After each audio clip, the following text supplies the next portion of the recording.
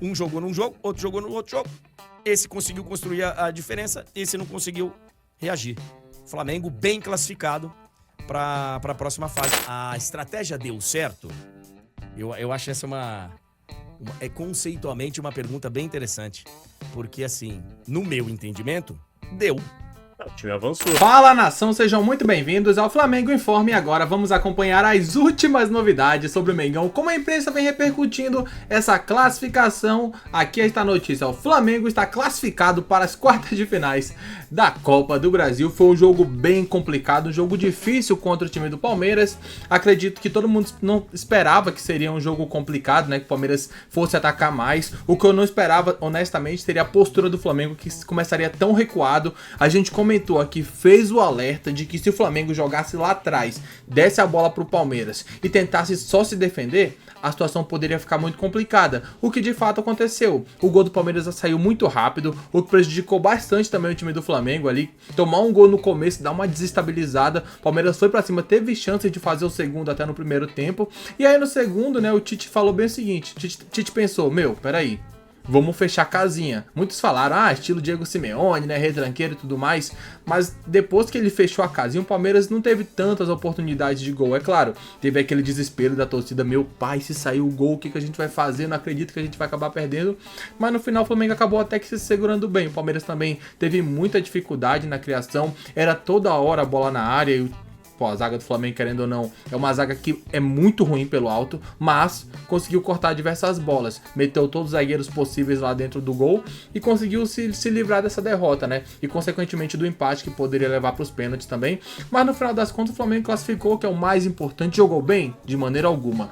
Jogou, se a gente comparar o quão jogou mal o Palmeiras no primeiro jogo e o quão ruim foi a atuação do Flamengo no segundo, acho que o Flamengo jogou melhor do que o Palmeiras jogou lá no Rio.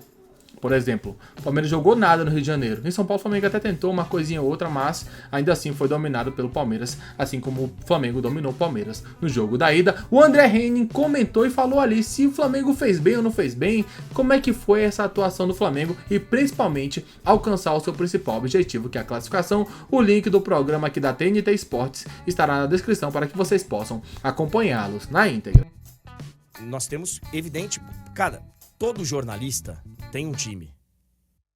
Todo jornalista torce para um time. E assim, é interessante você ver que tem jornalistas que preferem se preservar e dar opinião sobre jogos assim, que envolve muita emoção e tal, depois de um tempo ou no dia seguinte. E tem gente que vai lá e publica na hora. E aí, cara, é uma análise, um texto, um vídeo, enfim, que é muito no calor da emoção, né? E aí a gente, depois que analisa com frieza, depois que passa um tempo, você fala: caraca, velho, o cara tava torcendo muito, né? O cara tava sofrendo, o cara sofreu com o jogo e tal, e descarregou tudo num texto do... Enfim, eu vi análises bem interessantes de vários lados. Do lado do Flamengo, do lado do Palmeiras, enfim. Mas todo mundo tem um time, tá? E acho interessante, cara, porque eu tenho 25 times, de acordo com o chat. Cada hora eu sou torcedor de um time. Eu nunca escondi meu time. Diga, Tulhão. Não, falando nisso é engraçado, hoje eu já fui acusado por algumas pessoas de ser torcedor do Botafogo, depois de falar que o Gregory foi bem expulso. Então, assim, sendo que eu sou vascaíno, falo disso sempre, enfim. As minhas opiniões não mudam por causa do meu time, então... Vamos lá. O que eu ia falar é que tem uma galera no chat falando um negócio bem interessante e que eu acho que é legal de ser comentado, André. Porque eu tava falando disso, dos clubes se ajudarem, do tratamento fora de campo ser bom entre times, entre instituições. E tem uma galera tocando num ponto que sempre é muito importante e muitas vezes ignorado, que é um problema nacional, cara. É um problema nacional, que é mais aflorado em alguns estados, em alguns lugares, alguns estádios, com algumas polícias, com algumas seguranças, que é o tratamento que é dado à torcida visitante. Tem uma galera relatando aí de problemas que a torcida do Flamengo teve ontem, né, que teria sido maltratada no Allianz Parque. E, infelizmente, essa é uma realidade muito frequente no Brasil, cara. Quem vai como torcedor visitante em jogo que é 95-5, 90-10, é loucura, cara. É loucura. Esse é um ponto que é muito difícil até de falar, porque a gente não sabe a realidade de cada estado, né? De cada estado. Porque tem isso, né? Tem locais, tem estados que a polícia trata o torcedor visitante igual lixo. Desculpa, igual lixo. Quem já foi sabe, porque eu já vi vários relatos, já vi vários vídeos, e não é brincadeira, cara. Não é brincadeira. Tem uma galera no chat falando que mais uma vez isso aconteceu, e é o que a gente estava falando. A gente precisa melhorar, cara. A gente precisa melhorar. Os clubes têm que se mobilizar para que isso não aconteça, porque, beleza, você vai fechar os olhos para quando o seu torcedor vai como visitante e vai tipo assim, não, beleza, quando o adversário vem aqui é maltratado, eu lavo minhas mãos, porque quando o meu torcedor vai, ele também é. Não seria melhor se todos os torcedores fossem bem tratados quando vão ao jogo? Afinal de contas, é para ver o jogo, né? Tem torcida organizada que vai arrumar briga, mas aí vai arrumar de qualquer jeito, e que seja longe do estádio, não pegando o torcedor comum que só quer ver o jogo. Eu não tenho coragem de ir como visitante num jogo de futebol. Não tenho coragem. Sendo bem sincero. E acho que, do jeito que está o futebol brasileiro, estamos caminhando para algo que seja muito parecido com não ter torcida visitante. Acho que estamos caminhando para isso. Porque tá cada vez pior. Tá cada vez pior. A gente já normalizou em vários lugares não ter torcida visitante em clássico, em jogos grandes. O Flamengo foi com uma enorme vantagem. E veja, né, Túlio, a gente falou sobre isso no pós-jogo de ida.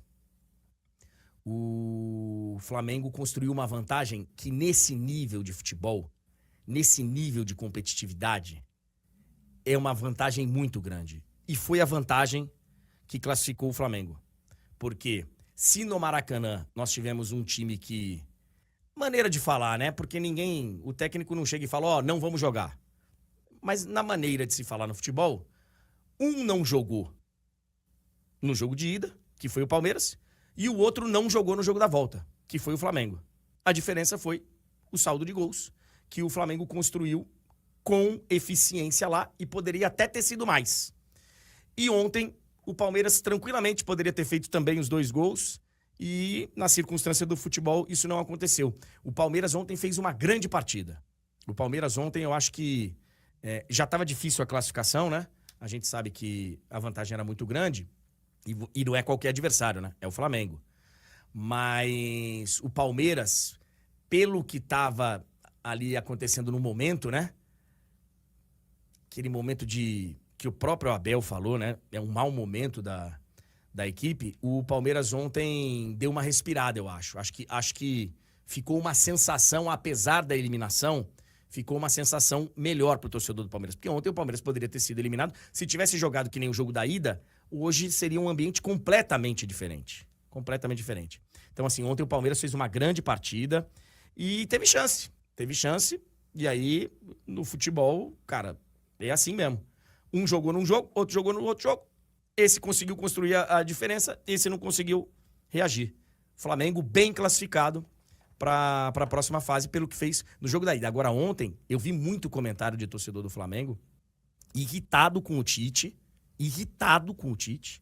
porque ele faz uma mudança ali, ele coloca o Davi Luiz no intervalo e tal, e é um time que descansou alguns jogadores, né?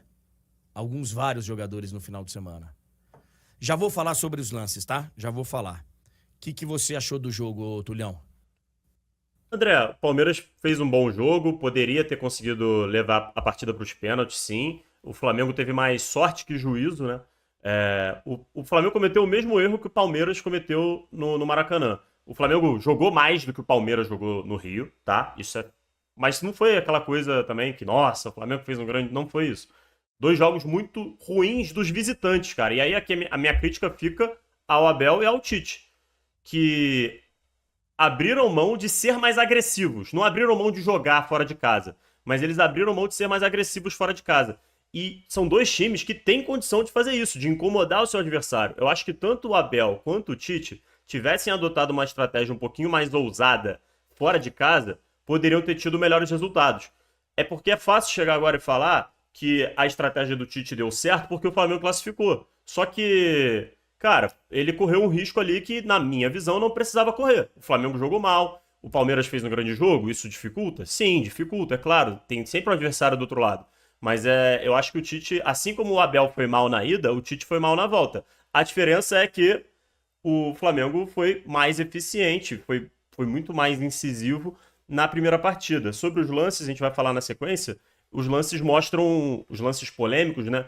Eles mostram um pouco do que eu tô falando no sentido de que o Flamengo não foi tão inoperante ofensivamente como foi o Palmeiras lá no Maracanã, né? Só que a minha crítica fica nesse sentido, aos dois técnicos que poderiam ter feito mais nesse confronto.